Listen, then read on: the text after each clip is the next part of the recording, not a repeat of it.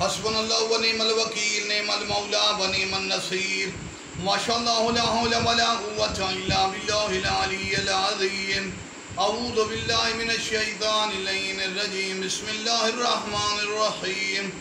الحمدللہ رب العالمین، الصلاة والسلام علی سیدنا و نبینا و طبیب قلوبنا و شفیع ذنوبنا بالزہراء محمد المصطفیٰ وعلى آل بیت الطیبین الطاہرین المعصومین، لا سیما امامنا المنتظر والحجۃ الثانی عشر، روحی وارواح العالمین لتراب مقدم الفدا، اما بعد فقد قال الحسین علیہ السلام ان کان دین محمد لم یستقم الا بقتلی فیا سیوف خذینی۔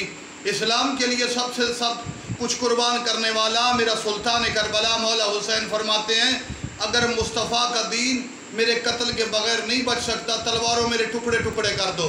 یہ ایام مناسبت ہے، 40 کے دنوں میں امام حسین کی یاد زیادہ ہونی چاہیے۔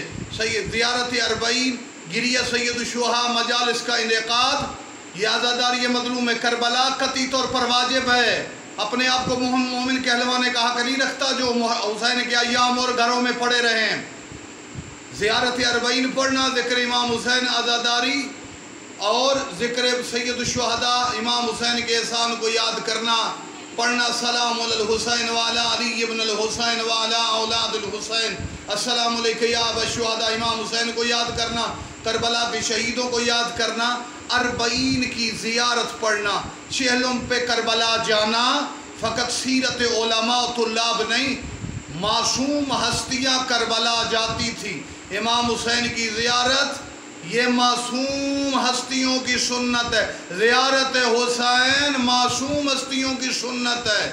اب جب یہاں کے پہ مومنین جاتے ہیں، ہم خوش آئند ہے یہ مرحلہ اور یہ مشی کرنا، ماشین چلنا۔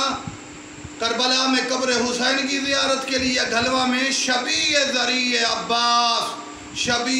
عباس کی طرف چلنا، یہ محبت ہے حسین کی طرف ماشی ہے۔ مالک امام حسین کا ذکر کرنے اور 40 کی زیارت پڑھنے، جو 40 کی زیارت مومن کی علامت ہے عسکری علیہ السلام۔ مالک ہمیں توفیق عطا فرمائے۔ والسلام علیکم ورحمۃ اللہ۔